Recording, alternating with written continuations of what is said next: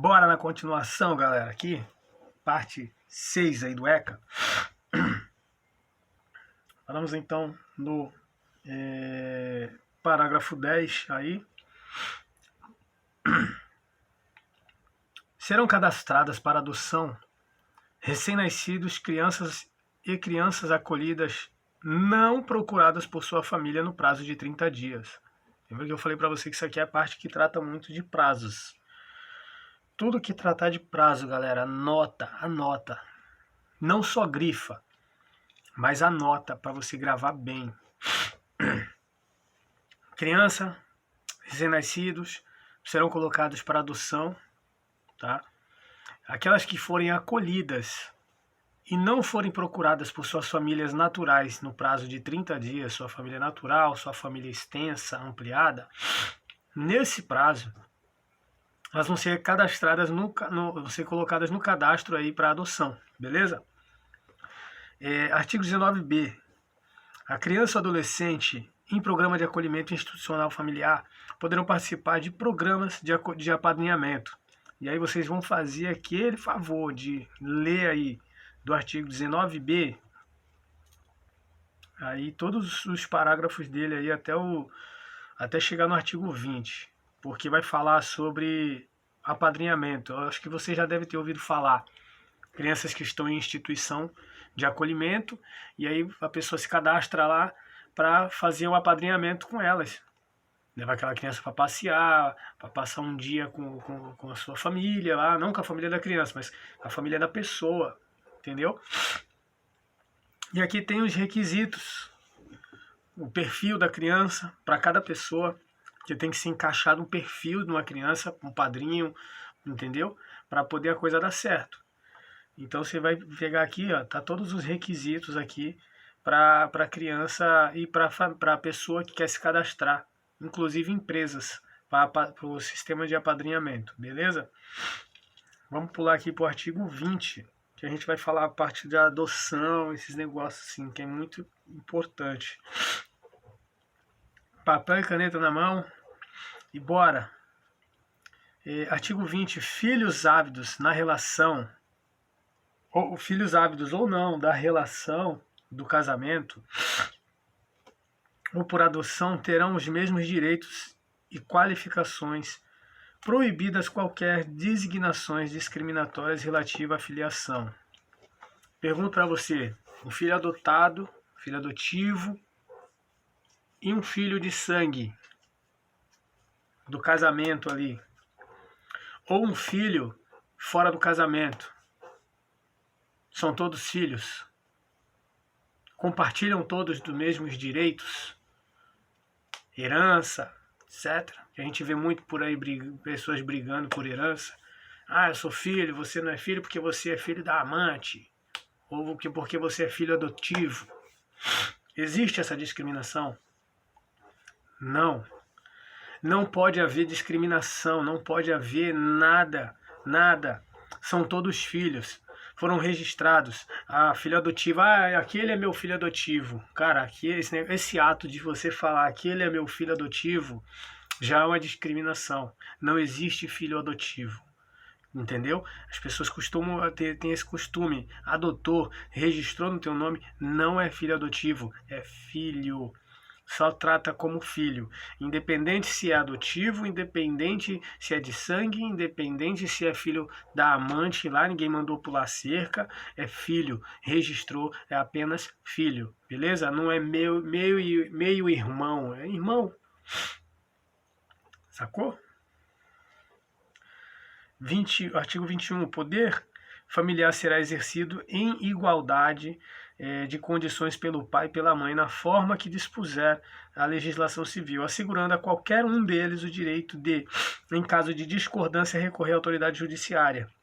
O pai quer que o filho jogue futebol, a mãe quer que o filho ande de skate, de repente os dois discordam sobre isso, é direito de cada um ir lá na autoridade judiciária e falar: ó, seu juiz, meu marido quer que o moleque jogue futebol, mas eu quero que ele ande de skate. Ele quer que o moleque goste do azul, eu quero que o moleque goste do vermelho. direitos são iguais entre os pais, beleza? Isso é um assunto relevante, mas eu tiro uma onda para facilitar o entendimento de vocês. Mas mostrar que o pai e a mãe têm direitos iguais na educação do filho, e havendo discordância, você vê que a lei protege até isso, que os pais têm direito de procurar a autoridade judiciária quando há alguma discordância na educação, tá? 22, artigo 22, incumbe o dever de sustento da guarda da educação dos filhos menores, cabendo-lhes ainda o interesse deste e a obrigação de fazer cumprir as determinações judiciais. Parágrafo único. A mãe e o pai ou os responsáveis têm direitos iguais, deveres e responsabilidades compartilhados e cuidados da educação, devendo ser resguardado o direito de transmissão familiar de suas crenças ou culturas assegurados nos direitos de a criança estabelecido. Num vídeo que eu gravei no trabalho ontem, a gente falou do direito de crenças e culto religiosos, lembra? Então, os pais eles têm direito, eu até falei para vocês que os pais têm direito de transmitir a sua parte religiosa, a sua cultura religiosa para os filhos, mas desde que respeite o que está em lei, de que a criança tem o direito de optar pelo que ela quer seguir, pelo Deus que ela quer adorar ou não, pelo culto que ela quer prestar, entendeu? Então só é possível transmitir, tem o direito, a lei resguarda esse direito de transmitir a religião do pai para o filho, mas protege o direito da criança, do adolescente, de escolher se quer seguir aquilo ou não, tá? E isso deve ser respeitado. A falta ou a carência, isso aqui é muito importante, ó. A falta ou a carência de recursos materiais não constitui motivo suficiente para a perda ou suspensão do poder familiar. Quem não conhece uma família muito humildezinha, muito pobrezinha, às vezes até miserável, cheio de criança, e se perguntam às vezes por que ninguém tira essas crianças dessa família? Puta merda. Aí a lei diz aqui, a miséria, a pobreza, a escassez, tá entendendo? A falta de recursos não se caracteriza por si só um motivo para suspender o poder familiar, para extinguir o poder familiar, certo? Ainda que os pais tenham cometido crime ou alguma coisa assim, não é motivo para que suspenda o poder familiar, pessoal. Só pode ser suspendido o poder familiar se os genitores ou um dos genitores tiver cometido crimes, tá? Vou até passar para vocês aqui, onde está marcadinho, aqui, ó. Exceto na hipótese de condenação por crime doloso. Doloso quer dizer o quê? Que há intenção de cometer aquele crime, tá? Sujeito à pena de reclusão contra outrem de igual poder titular, ou seja, o pai cometeu um crime de homicídio ou feminicídio contra a mãe, um crime doloso, ou contra um próprio filho, entendeu? Aqui, até diz aqui, ó, poder familiar, ou contra filho, filha ou descendente. Então aí sim pode se suspender um poder familiar, a extinção de um poder familiar. Mas pobreza, miséria, escassez, falta de recursos, seja qual for, não é por si só uma característica para extinguir um poder familiar, tá? Artigo 24. A suspensão do poder familiar será decretada judicialmente em procedimento contraditório. Quer dizer que há um recurso, entendeu ainda? Não é coisa única, autoritária do juiz. É direito de defesa, nos casos previstos na legislação civil. E aí a gente vem na seção 2 da família natural. Tá? Eu já tinha explicado aí no vídeo anterior, mas vamos lá. Ó. Artigo 25. Entende-se por família natural a comunidade formada pelos pais ou qualquer um deles, não precisa ser os dois, pelos pais ou qualquer um deles, e seus descendentes. Então, a família natural constituída pelo pai ou qualquer um deles e seus descendentes. Isso é a família natural. Entende-se por família extensa ou ampliada Entende-se por família extensa ou ampliada aquela que se estende para além da unidade dos pais e filhos ou da unidade do casal, formada por parentes próximos, com os quais a criança ou adolescente convive e mantém vínculo de afinidade e afetividade, tá? A parte aqui dos filhos ávidos fora do casamento poderão ser reconhecidos, tá no artigo 26. O pai ou a mãe lá, o marido ou a mulher pulou a cerca, teve um filho fora do casamento. Eles podem ser registrados pelo pai, pela mãe, certo? Pelos genitores, e é direito, isso é um direito personalíssimo, direito de registro, direito de identificação, e é imprescritível, está até aqui anotado, ó, é um direito indisponível e imprescritível. Ó. O reconhecimento, isso no artigo 27, do estado de filiação é direito personalíssimo, indisponível e imprescritível, podendo ser exercitado contra os pais ou seus herdeiros, sem qualquer restrição, observado o segredo de justiça. Ou seja, imprescritível quer dizer que aquela criança pode ser registrada no momento que nasceu, quando se tornou um adolescente, ou até mesmo quando já se está adulto, já se tornou um adulto, também pode ser registrado, porque é imprescritível, ou seja, não há um tempo limite, entende? Tem que ser registrado em 1 ano, em 2 anos, não existe um tempo limite, beleza? É imprescritível. Da família substituta, eu falo sempre as coisas em anteriores para você já ir gravando. Quando uma criança é colocada em uma família substituta, e está aqui no artigo 28, anote, grave, é muito importante. A colocação em família substituta faz-se-á mediante guarda, número 1, tutela, número 2, e adoção. Então, isso é questão de prova. Quando a banca pode perguntar em quais situações se extingue o poder familiar, você já tem que saber. Só pode ser extinguido o poder familiar se tiver um crime, condenação por um crime doloso contra outro de igual poder, contra mulher, pai ou seus descendentes, etc. E quando a criança foi para adoção, quando é que a criança é colocada em família substituta? Família substituta através da guarda, da tutela ou da adoção, beleza? A guarda, a pessoa tem a guarda da criança por certo período de tempo. Terminou aquele período de tempo, quantos dias aquela pessoa tem para manifestar o seu direito de adoção, o seu desejo de adoção? Quanto tempo ela tem? Ela tem até 15 dias a contar do término do prazo da guarda que ela tem, entendeu?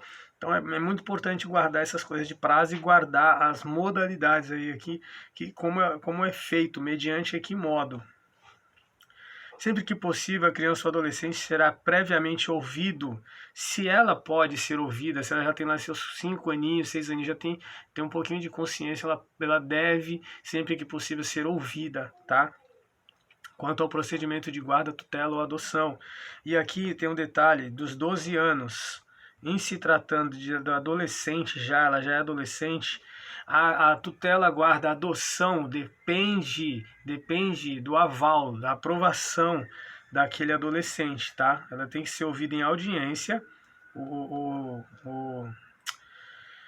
é que se fala? A vontade dele, e vai depender se ele concorda com aquela adoção, né?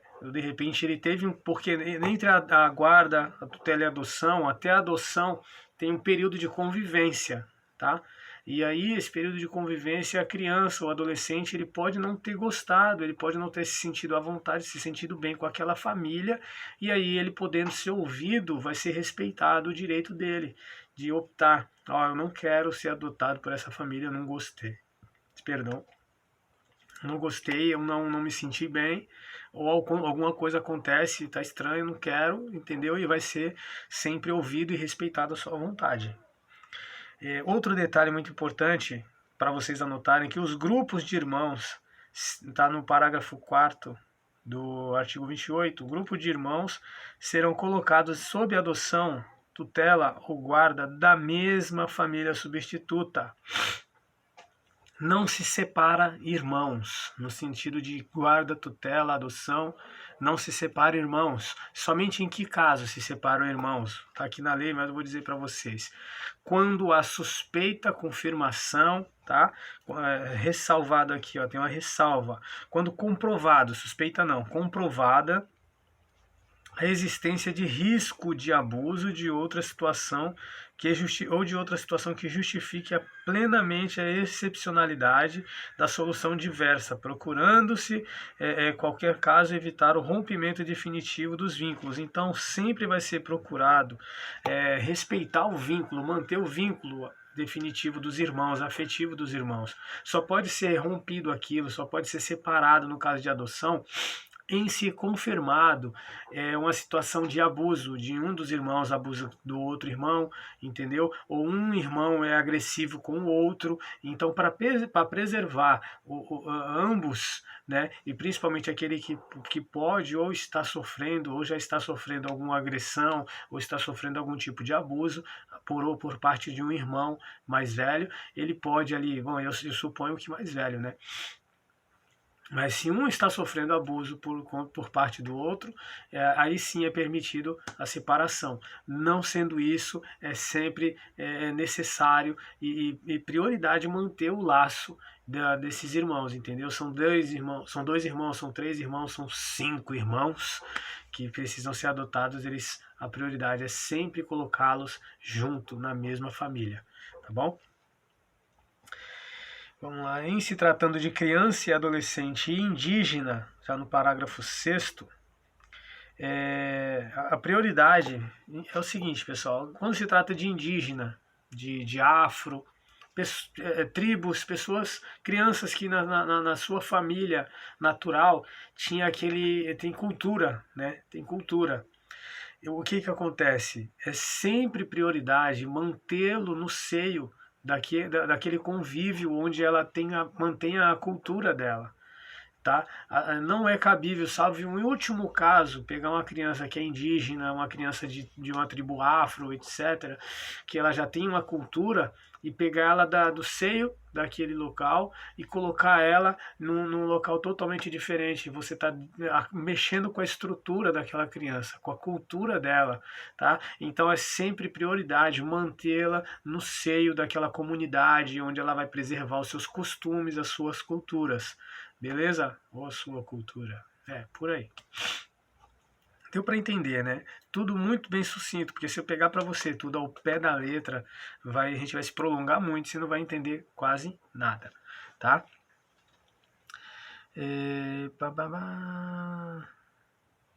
Essa é a parte, vamos parar por aqui para a gente depois entrar na parte da guarda, tá bom? Na parte da tutela. Inclusive, vocês podem pegar porque é muito simples, tá? Aqui só vai dar os detalhes. Vou deixar aqui para você ler. Leia com atenção, pessoal. Papel e caneta na mão. Não se lê as coisas. Eu vou mostrar para você mais uma vez aqui com muito cuidado, porque minha apostila tá toda zoadinha. Ó. Eu rabisco tudo, tá vendo? Eu rabisco tudo, tá tudo riscado. Mas a gente tem anotação, ó, é o que eu passo para vocês. Eu vou mostrar aqui, é pessoal da Viviane, ó, da minha esposa, tá vendo? São anotações. Eu falo para ela, ó, vai lendo, ó, vai anotando. Tá aqui, são anotações do estudo de ontem dela. Então eu falo para vocês, anota, papel e caneta na mão, não se lê nada somente grifando, pegando marca-texto. Isso não vai fazer com que você grave na tua cabeça. O que vai fazer você gravar na tua cabeça é o manuscrito. Manuscrito, você está lendo, seu cérebro está absorvendo o estudo, beleza? Mas quando você está escrevendo, o seu cérebro está gravando, ou seja, você lê. Beleza, tô lendo, legal. O seu cérebro vai armazenar numa parte específica aquilo que você está lendo. A partir do momento que você começa a escrever, o ato de você escrever, teu cérebro entende, putz, ele está lendo, vou guardar aqui. Não, mas agora ele está escrevendo aquilo que eu guardei. Eu vou tirar dessa gaveta e vou colocar na gaveta de prioridade, porque você vai gravar com mais facilidade aquilo que você escreve. Então não adianta apenas você ouvir, não adianta apenas você ler, não adianta apenas você assistir às aulas. Você vai gravar. Sim, vai gravar, mas por um período. A partir do momento que você escreve, entendeu? Você começa a gravar de outra maneira, mais massificado na sua mente. Fica muito mais fácil para você gravar, porque você acha que eu consigo gravar o conteúdo e às vezes eu estou falando de um assunto para você que está no capítulo 1º e eu consigo pegar, rebuscar algo que está lá na frente, eu estou no artigo 1º, eu consigo pegar algo para você lá na frente que está no artigo 10, no artigo 11, no artigo 20. Por quê? Porque é escrito, é muito escrito. Desde 2014... 2014? Não, 2014 é muito cedo. 2000 e... Não, é por aí. Na verdade, 2014 não. Muito mais cedo ainda eu leio o ECA. Porque eu prestei concurso desde os 20 anos aí para a gente da Fundação Casa. Eu já comecei a estudar o ECA. Então, eu já tenho, acho que da legislação, a parte do ECA é a mais antiga da minha vida. Então, eu já tenho uma certa intimidade com o Estatuto da Criança e do Adolescente.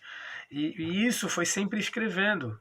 E todas as legislações que eu pego para você, eu não sou o cara, não, eu tenho entendimento, eu vou buscar, certo? Eu vou buscar. E isso me garante a vivência com isso, escrever, decorar, guardar, porque isso aí vai ficando gravado na minha mente. Eu não estudo mais o ECA assim para poder fazer prova, o Estatuto do Idoso, Maria da Penha, porque eu já tenho gravado essas partes. Eu já pego aquilo que cai nas questões de prova. E aí eu vou lendo aqui, acompanhando para você e destrinchando. Não dá para eu pegar a lei de cabo a rabo e passar para você, porque vai virar uma bagunça. A minha intenção é pegar os pontos mais específicos de cada lei e te ajudar a gravar mais facilmente, beleza? Então papel e caneta na mão toda vez que a gente estiver estudando, toda vez que você estiver estudando na sua casa, papel e caneta na mão e vamos que vamos. Não adianta, você vai ficar com os dedinhos assim, ó, calejado, mas vai dar tudo certo. Tenho certeza disso, vai dar tudo certo. Muita dedicação, muita leitura, muito manuscrito, como dizia meu professor Troncoso, né? E Deus vai abençoar, galera. Muito esforço e vamos que vamos, tá? QAP, concurso em primeira mão para você. Vamos, que o show não pode parar. Até o próximo vídeo, galera, tá? Não esqueçam, peguem aqui a parte da guarda, da tutela e da adoção, tá bom? Porque a gente vai entrar nos assuntos bem delicados. Ainda tem a parte de viagem de adolescente, a parte de onde o adolescente pode estar, o que pode fazer, a parte profissional. Tem bastante coisa no ECA. E o ECA, eu digo que é uma lei que não vou dizer chata, mas ela é uma lei muito específica e um pouco extensa. E você precisa ter muito detalhe, para prestar atenção muito nos detalhes para a gente não se perder, tá bom? Um grande abraço, até o próximo vídeo aí, galera.